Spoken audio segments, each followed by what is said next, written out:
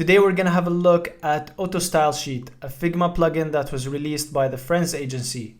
So welcome to day 73 of my 100 Days of Webflow journey. Let's check this out. Auto Style Sheet is a Figma plugin that was recently released by the Friends agency. Big shout out to Marcelo and the development team. This plugin helps you create a style sheet or style guide, whatever you name it, automatically inside Figma.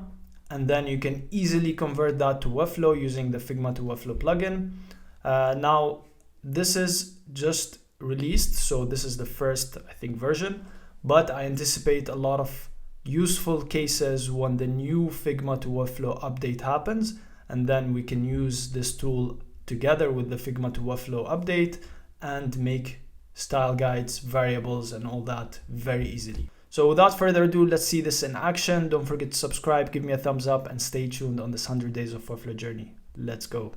Okay, so let's test this out. Now, I have this page, for example, that I want to create a style guide of so that I know what measurements or what styles that I'll be using when I convert them to Webflow. Maybe I make some variables like we've seen in the previous videos. So the awesome tool created by Friends agency, it's called Auto Style Sheet. This is a new tool that they created. Shout out to Friends agency. So basically you select the page, you find the tool, you click generate report, you get this pop-up message, Auto Style Sheet page created. Super quick, super easy, and you see it creates this entire thing for you, makes a new page, calls it Auto Style Sheet. It creates everything from font weight, border radius, colors, font colors, and the typography. This also comes in auto layout, so you can just directly copy this to Webflow. So for example, here I want to copy this to my Webflow project. So I click copy, select the page, go to my Webflow project, and paste this here. Just paste it. So you see it copies it. Now some little points, like for example, the letter spacing to be in percentage, this doesn't convert in Webflow. So you might have to adjust that manually. Also, the class names need to be changed, so maybe you can work on that.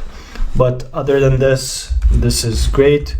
Also, you can change the class names, let's say the layer names here directly in Figma and copy it, but that will depend on you.